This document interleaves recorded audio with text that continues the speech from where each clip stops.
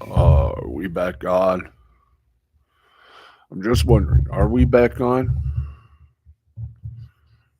Are we even live? Sorry. Yes, we're back on. Yes, we're back on. And we're live. Live. At least we hope so from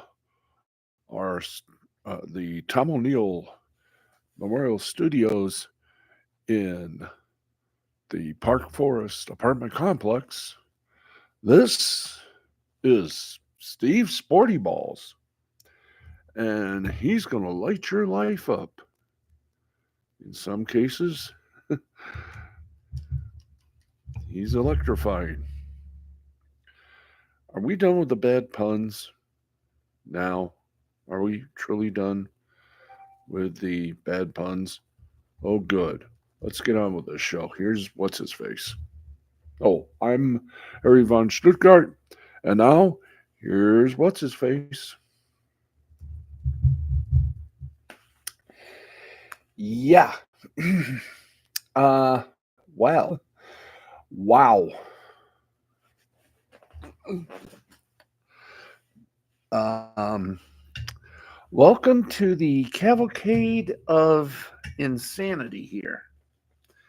Welcome still to our living room adjacent, we're going to call it. Sorry if I feel a little disheveled, but but I am a little reminded our studio is still being cleansed, and we'll kit it out as soon as all of our situation is solved. And right now, it's getting better. That's all I can say right now. It's getting better. We just hope it goes from to exciting very shortly. Anyway, got a lot to tell you. Got a lot of sports to get out of the way. In we're on for an hour, but we're going to be on for 45 minutes. What the hell? We're going off the air at let's see. We started at 10:34. We go to 11:30. That might be dangerous for me. So we will sign off, or we will end our show tonight at 11:15. That would give us about a bit of an hour, wouldn't it? No, yeah, 11 for about 20 minutes. Yeah, about 25 minutes. So we'll go until you see me fall asleep live. Anyway, oh boy, what a day we've had. Didn't get a chance to go to J Town, which is a local clubhouse where only positive vibes are allowed. And folks, I just got to tell you, I'm beginning to feel the vibe. I'm beginning to feel something. I don't know if it's vibe or gas, but if you must know, we had a little power outage here at the complex, and it did affect us. So um, we're on the air. We are live, but right now I'm sort of trying to get our prompter uh, back to, as I like to call it, a little normalcy here. And yeah, let's see what we got here. Hopefully, it'll show all the posts that I've posted up today. You know, it's nice to know you can easily get things. Come on, guys. You're here. Yay. There we are. Okay, now on today's little broadcast, and believe me, we're not going to try to make it little. We're just going to try to make it uh, sane. Yeah, some hope, right? Right, what do we got here? Yeah, well. Uh, Nothing's happening. I can't. I don't know. Our teleprompter is getting back to Orberd here.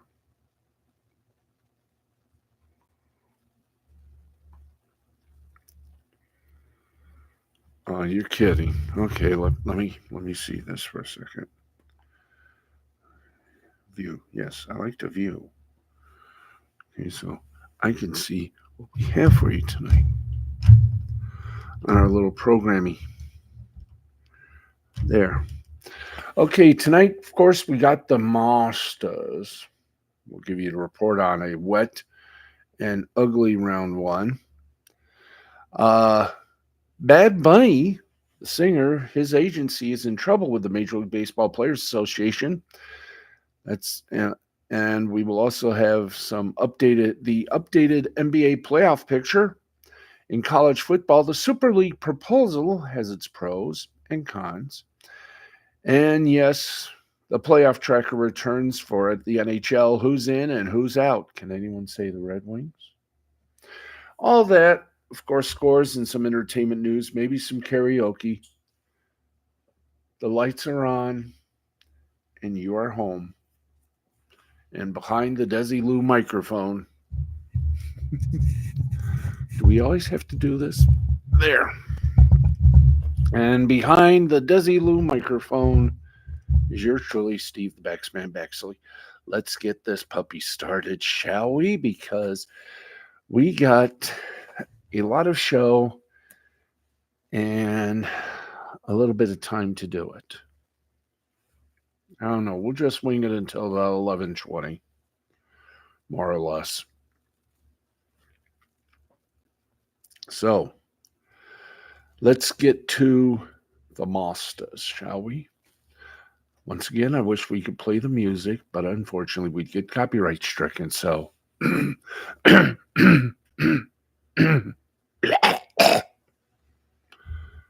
hello, friends. Let's give you the leaderboard in the Masters. I know we can't play the music, the theme, but nobody said we couldn't. Excuse me for a moment. I gotta do this.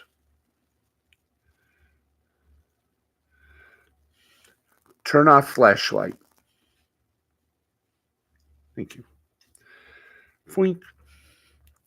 It may or may not be a 3-hour race to the finish at Augusta National with Scheffler, DeChambeau, and Homa out in front.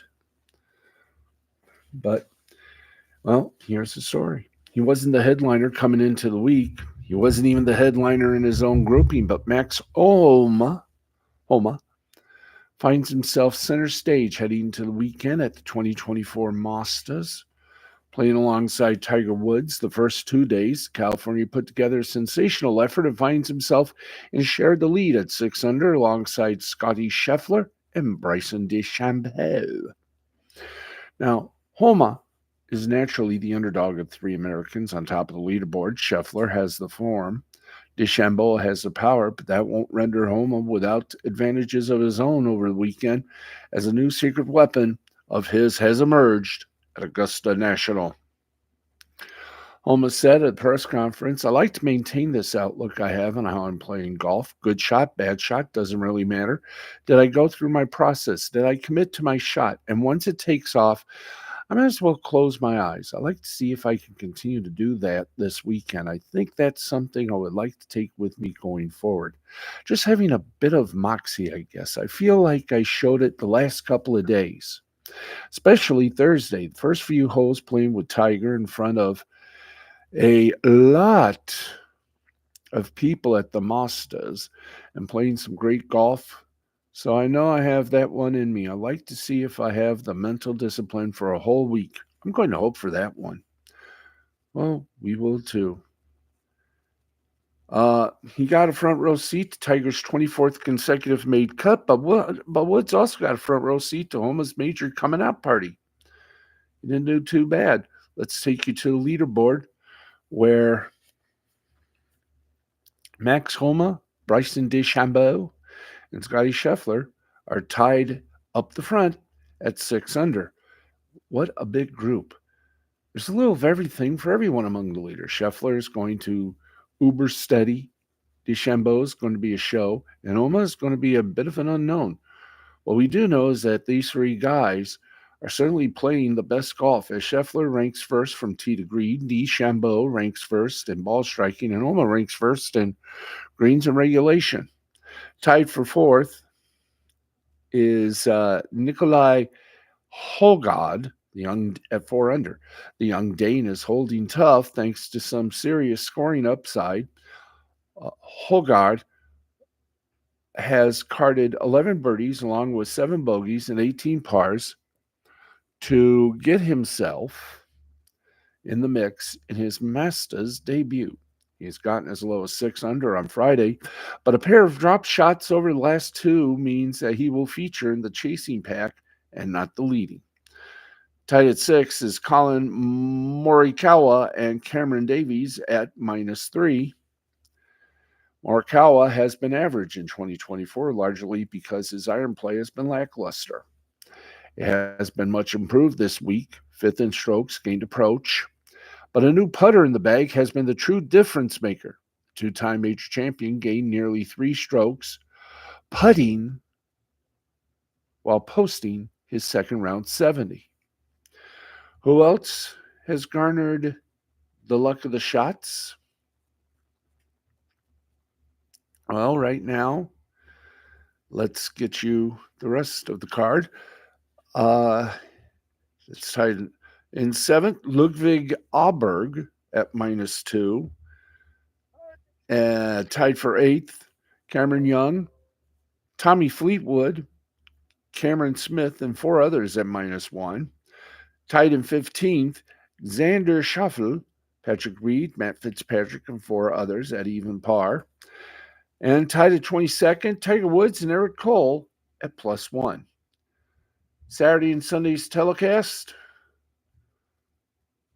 if we can pop that up somewhere. Of course, you can watch. Oh, and let's see. Do we have? Yes, and tied in 24th place, Brooks Koepka, yeah. Tyrell Hatton, Patrick Cantlay, and 3 others at +2. It's not over until it's over. That is your recap of the Masters.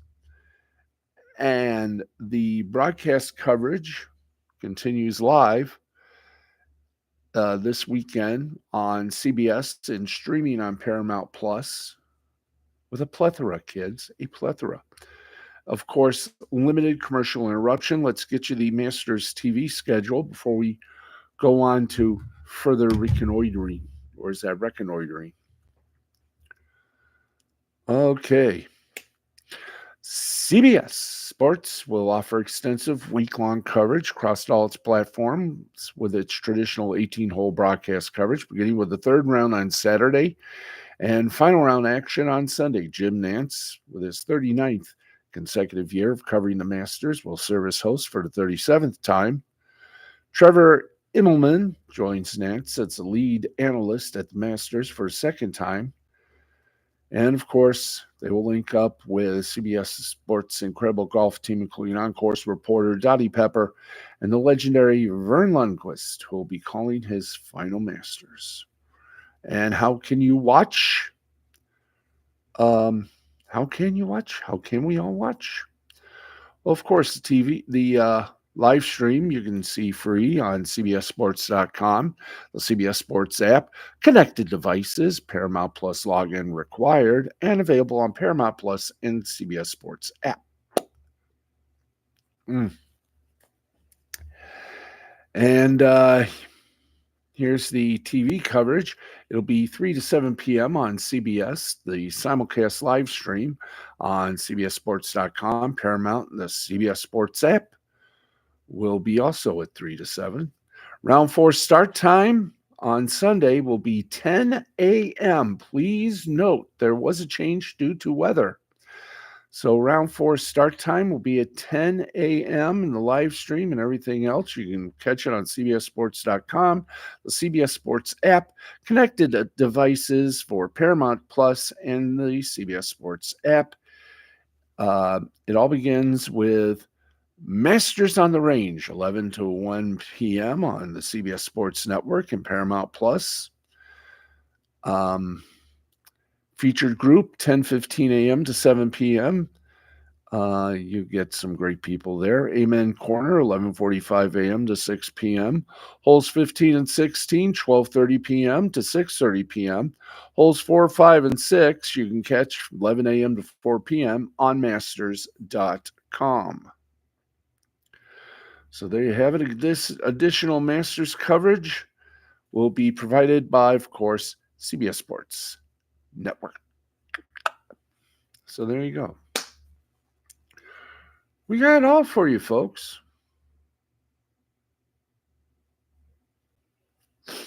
And we hope you enjoy the coverage on CBS. But 10 a.m. Sunday, it's going to be fun. You can go to church and you can listen to the Masters with earplugs on or earpads or pods or whatever they're called these days. I think they're called earpods, and mine's somewhere in this pile of fun. Anyway, we're done with the Masters. Or the Masters are done with us. It's 48 minutes past the hour of 10 bells. And in other sports, there are other sports, we make sure we cover it. Of course, we always will. Okay, let's go in here. Oh, yes. Okay. Here we go, folks. What you've been waiting for, at least some of you. Oops. Hi. How are you? Come on.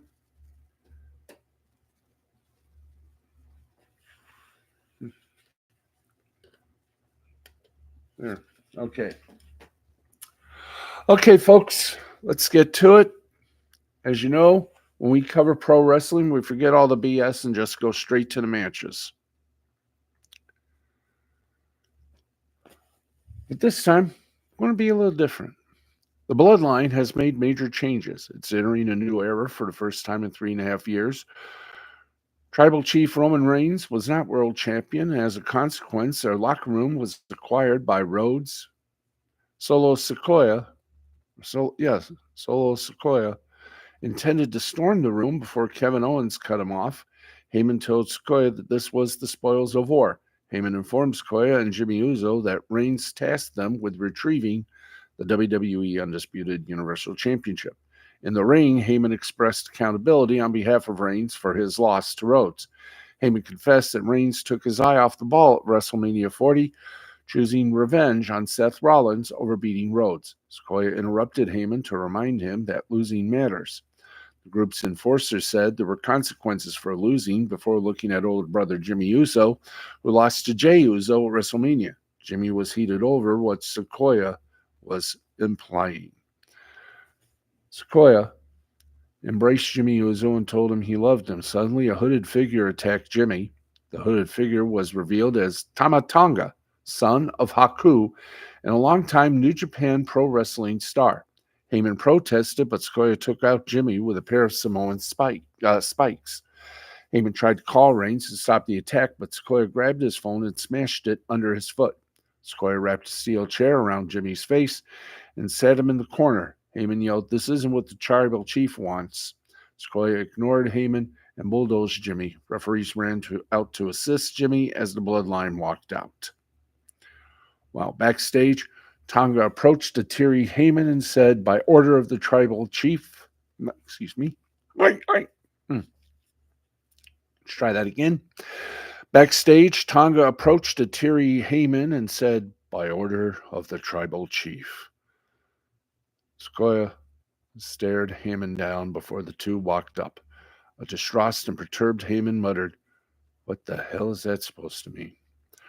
Rhodes kicked off SmackDown to reveal a series of matches to determine his challenge at Backlash next month. 2 triple threat matches took place on Friday night, with the winners meeting next week in a one-on-one contenders match. LA Knight defeated Santos Escobar and Bobby Lashley via pinfall on 1. And in typical, we predicted, and it came true. AJ Styles beat Rey Mysterio and Kevin Owens via pinfall. So next week, golly gee whiz bang, it's AJ Styles and LA Knight. Here's what else happened on SmackDown. Braun Breaker defeated Cameron Grimes with a spear in a short match. Bayley cut an emotional promo about being the women's champion and teased her first title challenger. Naomi defeated Tiffany Stratton via pinfall with a jackknife pin to become the number 1 contender for Bayley's title. Bayley versus Naomi takes place next week. Logan Paul came in and bragged about retaining the U.S. Championship in a video recorded on his phone, calling it the Logan Paul Levesque era. The guy sucks. Bianca Belair and Jade Cargill defeated Chelsea Green and Piper Niven via pinfall after Cargill hit Jaded on the green. A fatal 4-way tag match is booked next week to find challengers for A-Town Down's new SmackDown tag team titles. Participants are Street Profits, Legado del Fantasma, New Catch Republic, and AOP.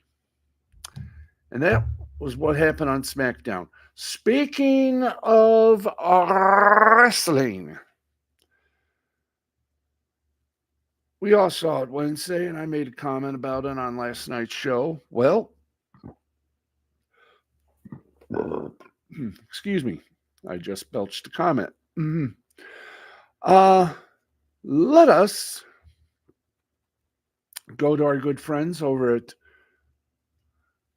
Awful Announcing. And, well, AEW was the subject. And yipe. Was it ever a subject?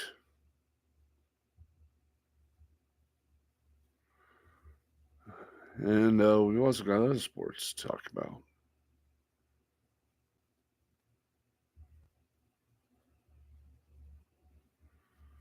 Okay. Let me see. Where are we here with the AEW thing?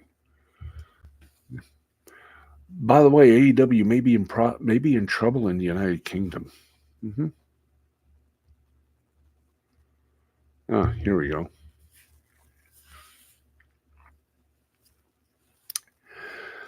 Going into this week, there was much to be said about the upcoming episode of AEW Dynamite. Incredibly so after much was said to be made about the infamous brawl that led to CM Punk's dismissal from the company and Jack Perry's departure. And it's safe to say the plan worked somewhat to a degree. April 10th's episode of Dynamite saw an increase in viewership from the previous week. Wednesday night's episode averaged 819,000 viewers with a 030 rating in the 18 to 49 age range. Those numbers are up from their record rut. Their average of 819,000 viewers is their highest average since February, and the 0.30 demo score is their highest since January. And it comes courtesy of the WrestleNomics Patreon. Now, on the surface, based on the numbers, you'd be pressed to say yes. However, on paper was a good idea. Sadly, I mean, let's face it, they haven't averaged over 800,000 viewers since February and haven't gone north of 830,000 viewers since January 24th. So in terms of ending a rut that had them scoring the worst viewership in 4 years last week, it's safe to say that whatever they were hoping to accomplish was somewhat accomplished, but still.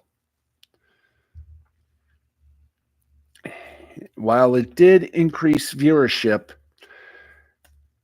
it did somewhat backfire in a way that I don't think they're going to recoup on. because the segment did not peak viewership. The opening quarter hour from 8 to 8:15 led the show on average with 981,000 viewers tuning in for the first 15 minutes. Now, if that sounds familiar, it is important to point out that AEW probably isn't going anywhere. Their relationship, Warner Brothers Discovery, appears good on virtually every surface, except maybe one, and we all know what that one is. That said, that doesn't mean there can't be worrying trends. The biggest viewership trend that Dynamite experiences every week is viewer retention, or in Dynamite's case, a lack thereof. The show's lead quarter hour on almost all weekly basis lately has been the first 15 minutes. A deep dive indicates that there's no need for almost. Dynamite has experienced its peak viewership within the first 15 minutes every week for the last 6 months. The last time the show didn't peak in the first 15 minutes was on October 4th, when the overrun of the promo between Adam Copeland and Christian Cage peaked that night. Now, you have to go back to September 27th of 23 to find the last time the show peaked at any other point. And guess who made the peak happen? The man who's literally in a bidding war, MJF. Maxwell Jacob Freeman and Jay White promo and an interview featuring Cage and Jim Ross peaked that episode from 9 to 9:15. There's an average of a 12% dip in viewership from quarter hour 1 to quarter hour 2 for the last 6 months. Why? Because they've been yutzing it. AEW is in a difficult place. WWE isn't slowing down amid a hot streak that stretched back, since the Paul Levesque era began in July 2022. That was the day Vince McMahon finally said, "The sex scandal is killing me. I'm out." Now, for a company in AEW that's made a lot of their recent free agent signings, the fruit must bear something at some point. Otherwise, a referendum might be in order. If it's not already, while fans cheered on lofty goals, taking WWE down simply is not going to happen, even if you are, quote unquote, wrestling. Now, there's a significant gulf between the two companies in terms of ratings and interest right now. The 819,000 viewers AEW averaged is still well shy of the preeminent wrestling company's marks on any given week. Raw has dealt with stiff competition, including the fantastic elite game between Iowa and LSU. Still, the show performed extremely well, posting their best numbers on the road to WrestleMania in months. However, we must not forget that the contract between Raw and the USA Network will end in mid-October. When that happens, AEW has got to come up with something big, something huge, and something that won't only pique a little interest. They got to come out with guns blazing on the night Raw signs off from the USA Network and has to go somewhere else for at least 4 months before they go to Netflix in January. And when that happens, everything changes. Bet on it.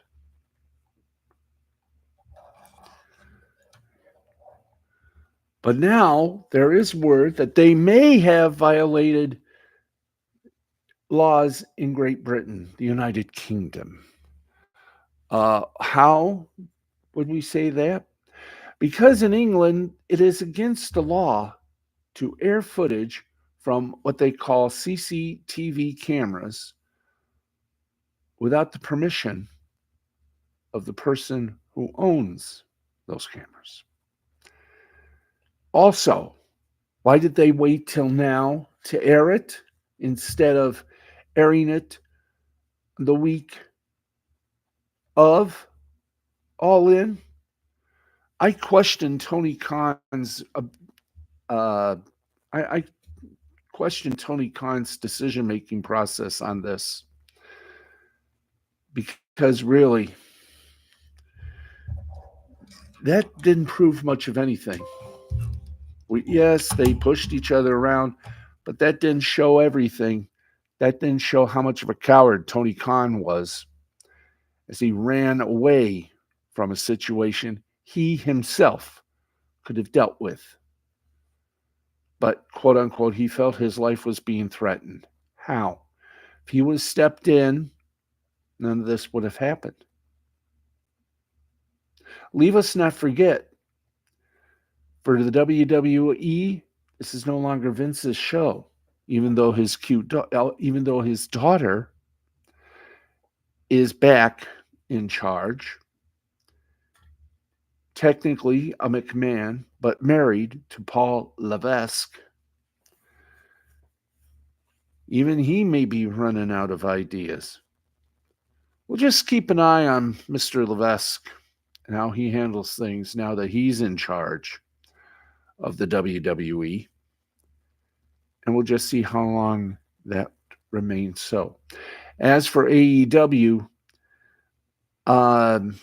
we don't know what the backstage vibe was like on Wednesday, but we understand some people were not very happy with the airing of that video. In fact, CM Punk's attorney might have a few words to say to Tony Khan because he did not get permission from them. In fact, they tried to stop it on Wednesday. But we'll just have to wait and see what happens. So we're now at 11:03. We got Major League Baseball to talk about, and then we'll hit the scoreboard. Why did I press the wrong button? Thank you. Pressing wrong buttons. Not a great way to start, mind you. I've also got to clean up around here because I got guests tomorrow. Oh boy, that's going to be very peak and exciting, don't you think? Anyway, we got a lot to do tomorrow. I got some guests coming into the studio. Let's see, what else have we got? Or shall we go to all the scores? Let's see. Okay, let's keep going here. Oh yeah, we gotta go to the NHL. Yes, we go to the NHL guys, and I don't think we got anything in. There we go. Let's go to the NHL. We got the power tracker. Let's hit up the old power. Let's hit the old playoff tracker for the NHL. And yes, we do promise you updates, and we do plan to bring them to you. Let's give you right now the playoff picture as we speak, or maybe no. Let's hold off on that for a few moments. Let's give the folks what they want, and that is the scores from tonight's National Hockey League action. And for God's sakes, this is about the last few days left. The regular season, I do believe, ends this Sunday, this Saturday or Sunday. By the way, pay your taxes.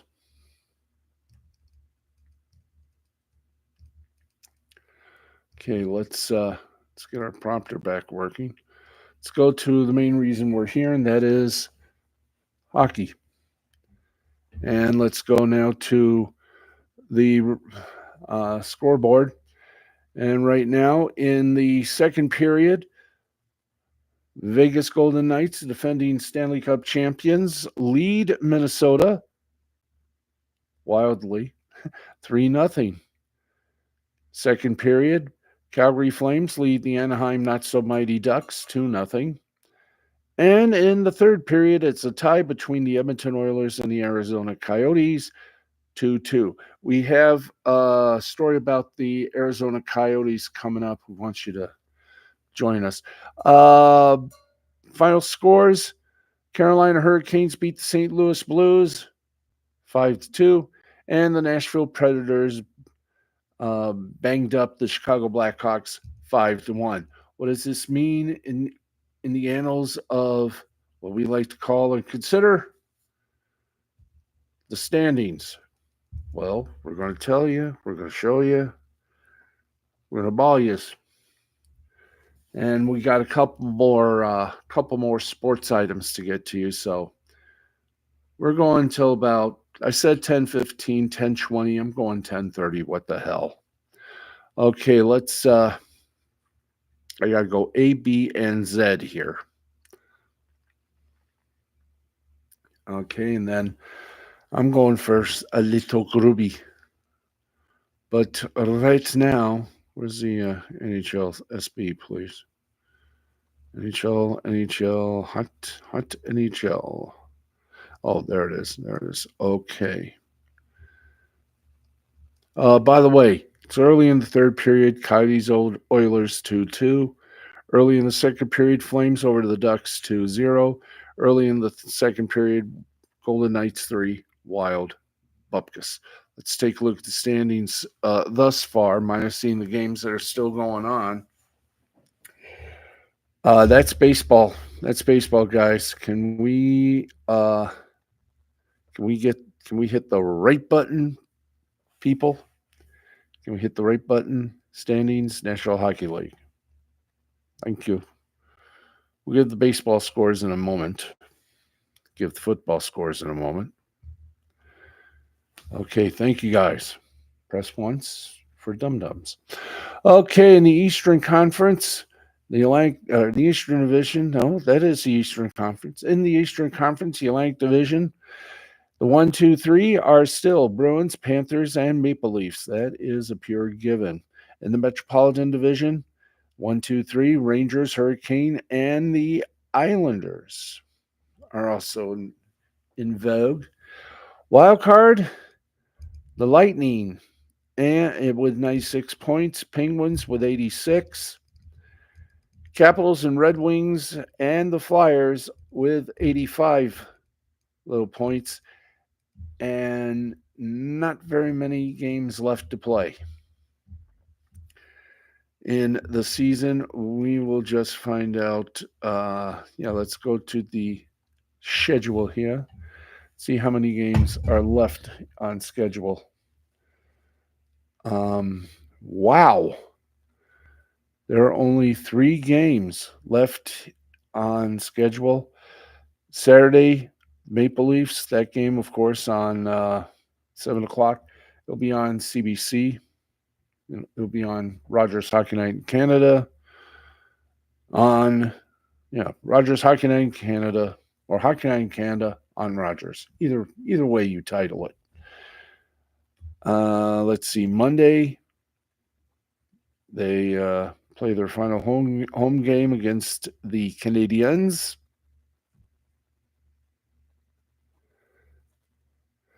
And then on Tuesday, they wrap it up at Montreal. So there you go. So Monday, I do believe, will be the final game period for the season. Let me just find out if true, if so. Some will be, there will be in the last week of the hockey season. Okay, so Red Wings, you got a slight chance, but you've got to hope the Penguins and the Capitals just destroy each other, and you can get that number 2 spot. But lose and you're out. Lose Saturday or Sunday, and you're out. You got to win out all 3 and hope the Capitals and Flyers fall apart. With that said, ladies and gentlemen, let us, there we go. Let us now proclaim ourselves in liberty. We've already done the master scoreboard. Let's get you to the NBA, and at the half, jeez, criminy. Come on. Enough. Teleprompter, go haywire. Don't go haywire. We've got to 11:30, so let's just get along, little doggy. Okay, here are your scores from the National Basketball Association. The NBA at the half, Pelicans 62, Warriors 48. Also in the half, Rockets 54, Trailblazers 40. 9:54 left to play before they hit the half, and it's Clippers over the Jazz 43-36. Early on in the second period, it's the Kings of Sacramento leading the Suns of Phoenix 29-24. Final scores: 76ers over the Magic 125-113. Bulls over the Wizards 129-127. Celtics over the Hornets 131-98. Cavaliers over the Pacers 129-130. Knicks over the Nets 111-107. Heat over the Raptors 125-103. Timberwolves over the Hawks 109-106. Spurs over the Nuggets by 121-120. Thunder over the Bucks 125-107. Lakers over the Grizzlies 123-120. And the Pistons beat the Mavericks 107-89. Let's check the NBA standings and see if there was any movements.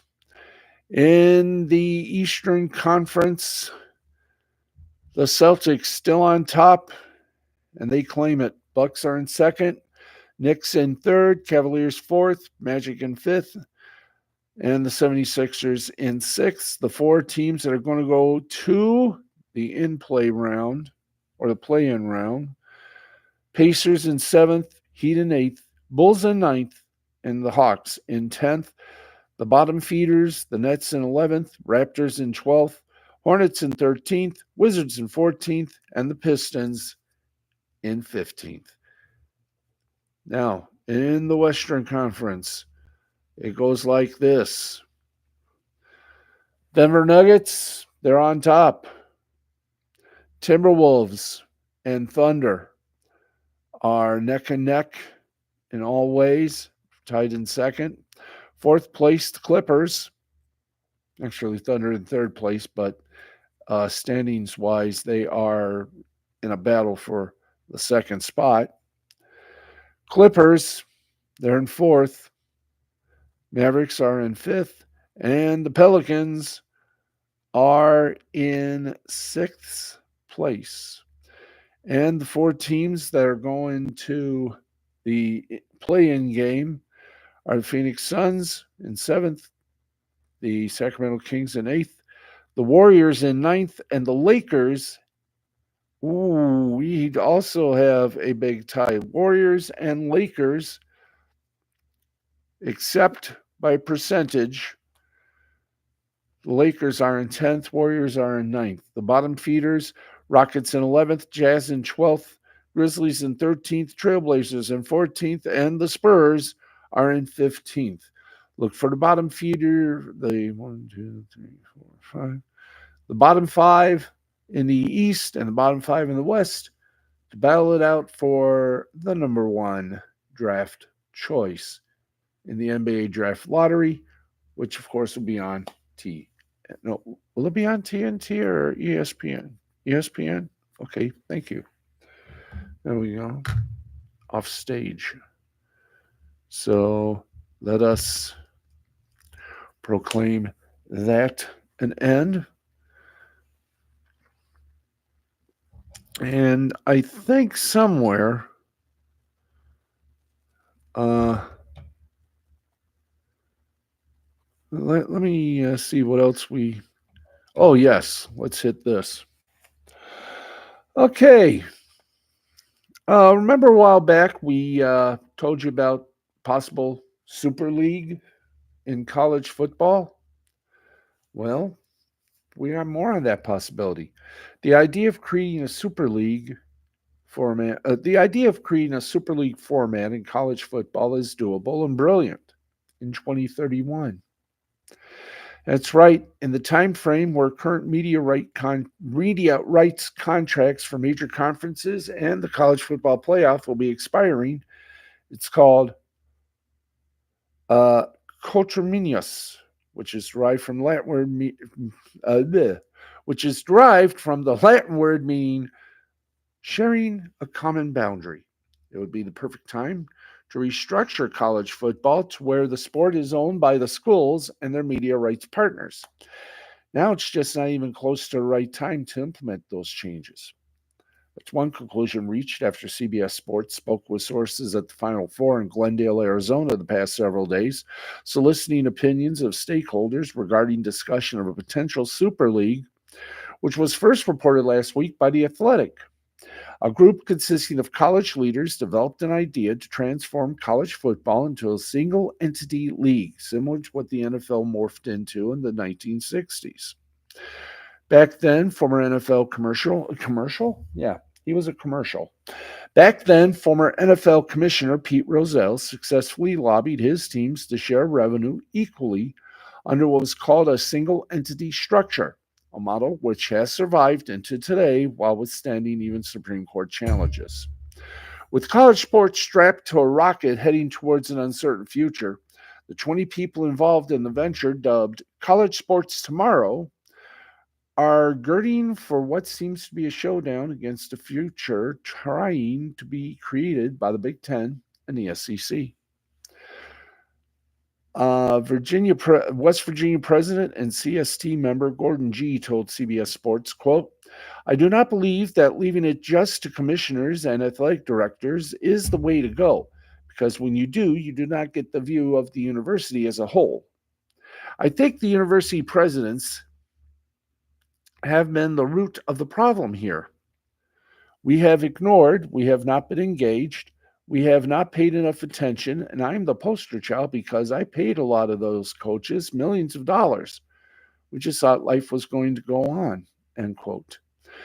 Quote, "We should have been thinking more progressively for a long period of time. My view is that to stimulate the conversation, get enough university presidents together to solve the problem," end quote. Now, the history of presidential involvement in the NCAA reform has been uneven. It goes back to 84 when the President's Commission was established to oversee things after a series of high-profile enforcement cases. The corruption persisted, and so too did the money. And when college football commissioners were unable to agree on a 12-team playoff model, it took the CFP board of managers, specifically Mississippi State President Mark Keenan, to get it done. FBS commissioners continue to drag out discussions of what the playoff will look like in 2026 and beyond under the new media rights deal. College sports is at a point where the money is about to run out. When that happens, the stakeholders always find a way to get more. Schedule moved to 12 regular season games in 2006. Games were played on Friday night. Don't forget, college football playoff and all its riches are only 10 years old. Ooh, that's old. Now schools are preparing for what might be an 8-figure budget hit in upcoming legal settlements that may lead to hard decisions on whether to cut other sports within the athletic department. College football itself is also undervalued, at least in terms of what it could be as the nation's second most popular sport. One CST member projected annual revenue of a super league at between $3 billion and $16 billion annually. All this is premature, of course, or preliminary, but it's clear there is a line to be crossed in the future. At its core, Super League would cause a de facto alteration of the Big Ten and SEC, among others, dividing the game at the top into 10 7-team leagues. It would require the Big Ten and SEC's powerful commissioners, Tony Petty and Greg Sankey, respectfully, to at least consider relinquishing some of their power if college football was to be overseen by an overarching commissioner and a board of directors. That's a break. That's a deal breaker before the first meeting. Also, the new CFP contract wouldn't have been agreed to last month if a Super League was on the table. Not surprisingly, the Big Ten and SEC have yet to take a meeting with the CST. Now, that doesn't mean it's impossible. Any structure can be altered. Anyone can be bought out. Remember what the bowls used to be? This is a discussion being had, and it's not like the commissioners have all the answers. One powerful Power 4 administrator, when asked about Super League, said, quote, "We have to keep an open mind. That's just not about potential Super League, but also the future of college sports in a whole. People have talked for years about the possibility of creating a separate structure for the schools. NC2A President Charlie Baker said this week it's probably a decision that should be made by them and not the NCAA. That makes the topic something you can't ignore. The concept of Division IV college football is at least a decade old. The Knight Commission proposed a separate governing body for the FBS 3.5 years ago. It's not that easy, of course. When hearing of the Super League proposal, one TV executive had a wry observation. The schools of two of the leaders involved in this endeavor, West Virginia and Syracuse, might be left out. So, what's going to be the next move?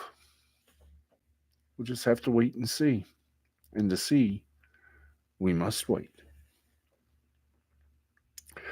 Okay, time for some entertainment headlines. And for that, we Google it. That's right. It's time to go straight to the Google headline wheel and tell you what is all coming up. And here we go. Let's give you the headlines. Alrighty. John Cena's two-word message to Stephanie McMahon after her surprise WWE return at WrestleMania 40 was swift and to the point. Thank you. Let's keep going, guys. We're at the home stretch, coming right down to the old wire.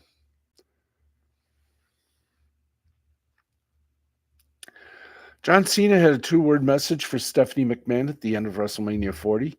She made her WWE exit in early 2023, shortly after Vince returned to WWE. She made the announcement via her official Twitter/X handle. The $1 billion princess made her surprise on-screen return at WrestleMania 40. However, she also attended the 2024 Hall of Fame ceremony. The main event at WrestleMania saw Cody Rhodes finishing his story by defeating the undisputed WWE Universal Champion Roman Reigns. Cody then celebrated the big win with Brandy Rhodes, his wife, John Cena, Randy Orton, CM Punk, and other top WWE baby faces. Cena ultimately left the ring and approached Stephanie McMahon, who was sitting in the front row. He welcomed her back in a heartfelt moment. But what was the tweet? We don't have it. Let's see. Let's keep going with some entertainment news from Cord Cutter. TCL TV Plus, the streaming service by consumer electronics brand TCL, has announced a new partnership with New ID, Asia's leading leading media tech company and top distributor of premium, fast, free ad-supported streaming television channels and advertising-based video on demand. This new collaboration introduces five fresh channels to TCL TV Plus's already diverse lineup, expanding their streaming offerings in the U.S. and Canada, with a rich selection of Korean movies, drama, kids, and lifestyle content. The new channels: New K Food, New K Movies, Baby Shark, Rakuten, Vicky, and My Little Pet. Okay, 11:23. We are into the entertainment realm now. And we give you an update on possible Paramount Skydance Media merger. 4 Paramount board members have announced they are going to step down. The 4 members of the Paramount Global Board of Directors will not stand for re-election at the media conglomerate's annual meeting, June 4th. The company confirmed in its latest proxy filing on Thursday.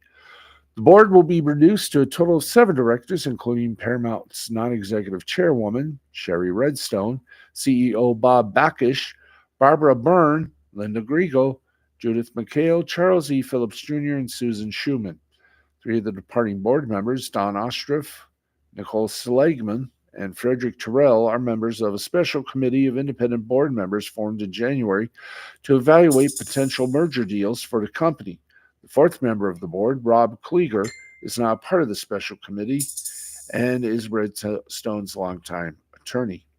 The four board members' decision not to stand for re-election comes amid concerns over lawsuits stemming from merger discussions with David Ellison's Skydance Media, which is an exclusive talks to acquire control of Paramount from Redstone's National Amusements.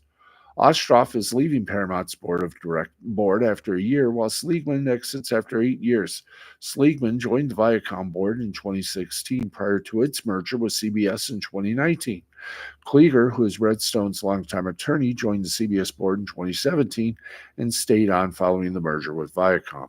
Though Skydance's offer must still be approved by the independent committee, some investors have slammed the proposed deal as suboptimal and detrimental to the company's value and argue that it prioritizes Redstone over the company's other shareholders. Investors have also accused the company of breaching its fiduciary responsibility by not pursuing talks with competing bidders, such as Byron Allen. He placed a $30 billion bid, including debt for the company, though it's unclear how that deal would be financed. Aspen Sky Trust, one major investor, also asked the board to forego discussions with any future bidders that would propose instant rewards for one or a few interested parties while saddling the remaining shareholders with all the risk or, even more concerning, unbridled disillusion of value as presented in the current set of circumstances. Skydance, which is valued at more than $4 billion, has been a co-producer with Paramount on projects such as the Mission Impossible franchise, Top Gun Maverick. Its deal, which CNBC reported, would include raising new equity and an ownership stake of somewhere between 45 to just over 50, would be financed with the help of a consortium of investors, including private equity firms Redbird Capital Partners and Colbert Kravitz Roberts, as well as Larry Ellison, Ellison's father and Oracle's co-founder. The senior Ellison will reportedly put up some of the new funding, potentially provide Paramount with access to artificial intelligence software and other data technology from Oracle. David Ellison, meanwhile, would likely lead the new company, while former NBC Universal CEO Jeff Shell would also have a major leadership role. Additionally, management would reportedly be open to divestitures of assets such as BET Media Group. Bloomberg separately reported that Skydance would look to merge Paramount Plus with rivals such as Peacock, Max, or Prime Video and would hold on to CBS. Redstone's National Amusement, which currently owns 77.3% of Paramount's Class A voting common stock and 5.2% of its Class B common stock, could receive over $2 billion in cash from the Skydance deal. According to the Wall Street Journal,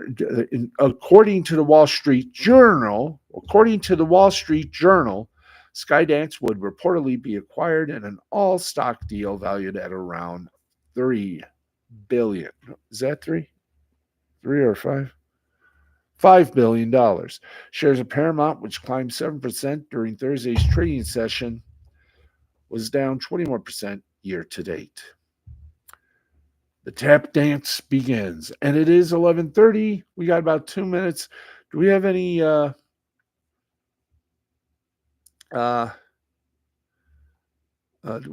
further reportages here? I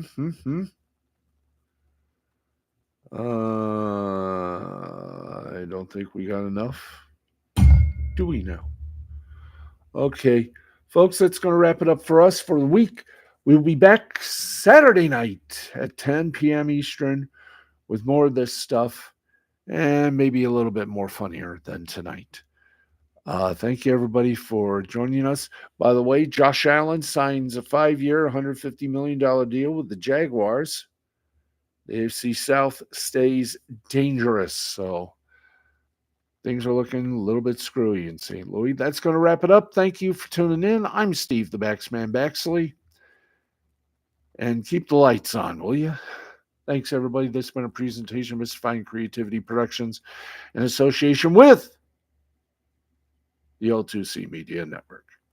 We'll see you tomorrow night, everybody. Thank you for watching. Good night from the land that time has never forgot, Jackson, Michigan. Good night, everybody.